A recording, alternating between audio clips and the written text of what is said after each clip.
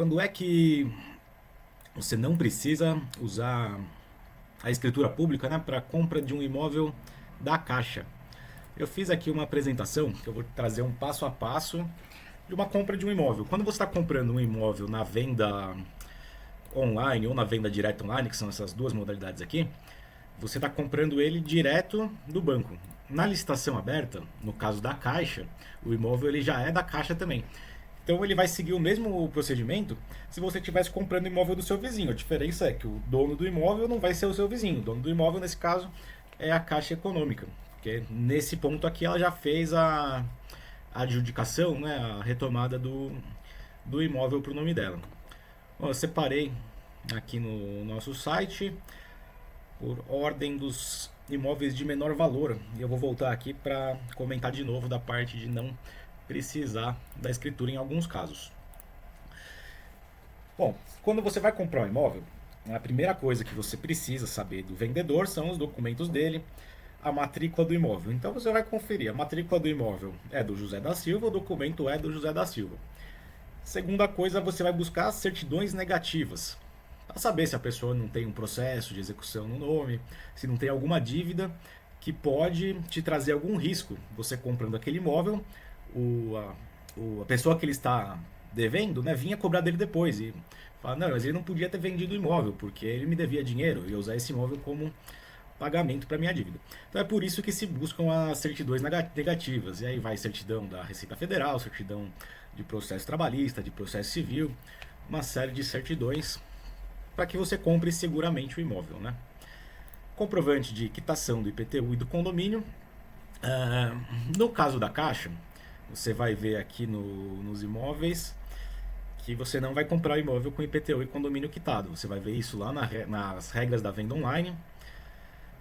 E cada imóvel está falando as regras. Então, no caso desse daqui, que é o que está sendo a maioria dos imóveis hoje da Caixa, condomínio sob responsabilidade do comprador, até 10% do valor da avaliação. O que é isso? A avaliação é 60 mil, se passar de 10% disso, que é 6 mil, a Caixa paga acima dos 6 mil. E quem comprar paga abaixo dos 6 mil. E os tributos o comprador paga tudo. Então, nesse caso aqui, não vai ter IPTU e condomínio, só no caso da compra com particular. Bom, com particular, você vai fazer um contrato de compra e venda. E aí você vai colocar o José da Silva, que é o dono do imóvel, o valor que você está comprando, prazo de pagamento, se é financiamento, se não é financiamento, se é à vista, quando é que vai ser feito o pagamento, entre outras cláusulas que você vai colocar no contrato. Bom, fez o contrato de compra e venda, próximo passo é fazer aqui o pagamento do ITBI, juntamente com o registro da escritura. Aqui em São Paulo, os cartórios de notas, eles já emitem a guia do ITBI para você. Então hoje, quando você vai dar entrada no cartório de notas para fazer a escritura do seu imóvel, o tabelião ele já vai te mandar o ITBI. Em outros municípios não funciona assim.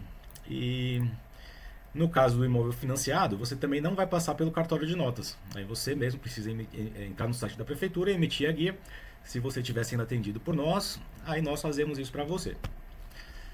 Lavratura da escritura pública. Aqui é onde você vai levar há um tabelião de notas que ele lavra a escritura pública.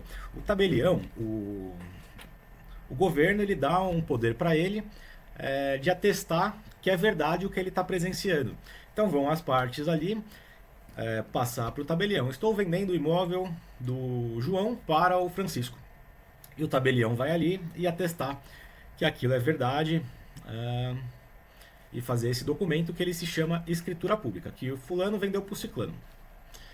Depois disso, é feito o registro na matrícula do imóvel.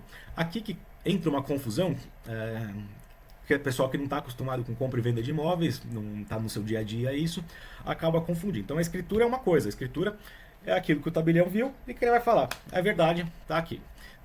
A matrícula é como se fosse o RG do seu imóvel. Tudo o que aconteceu nele, então o imóvel é um terreno, aí depois construiu uma casa, vai estar ali, construiu-se uma casa. O João vendeu para o Francisco, aí vai aparecer, o João vendeu para o Francisco. Tudo isso daqui é registrado na matrícula. Então, com a escritura feita, você vai ao registro de imóveis, O registro de imóveis vai analisar se está tudo ok e vai te transferir a propriedade do imóvel. E, resumidamente, é esse o trâmite é, usual, né? Um passo a passo bem simplificado. Agora aqui que eu queria comentar, exceção, imóveis até 30 salários mínimos. O nosso Código Civil, ele traz essa possibilidade. Então, imóveis até 30 salários mínimos, eles não precisam da escritura pública. Então você pula aquela etapa de levar ao cartório de notas para o tabelião atestar que aquilo é verdade. Fala, Francisco vendeu para o João, ou João vendeu para o Francisco. Você não precisa levar isso no cartório, você pode ir direto para o registro de imóveis, no caso desses imóveis aqui. Então o imóvel é 30 mil reais, é menos do que 30 salários mínimos hoje, aqui em 2025. E você não precisa levar isso. Mas acontece, alguns cartórios de imóveis, eles ainda assim exigem a escritura. E é um direito garantido, que todo mundo tem, está escrito na lei, mas que acaba não compensando você brigar com o tabelião. Se o registro de imóveis fala, não vou registrar, sai mais barato você pagar a escritura pública do que entrar com o processo contra o cartório para fazer valer o seu direito. Então, infelizmente, não é todo cartório de imóveis que cumpre a lei, mas a lei está dizendo isso. Contratos com FGTS ou financiamento bancário. Então, tem alguns imóveis aqui da Caixa que você vai ver que eles aceitam o uso do FGTS. Vamos ver se eu acho algum aqui.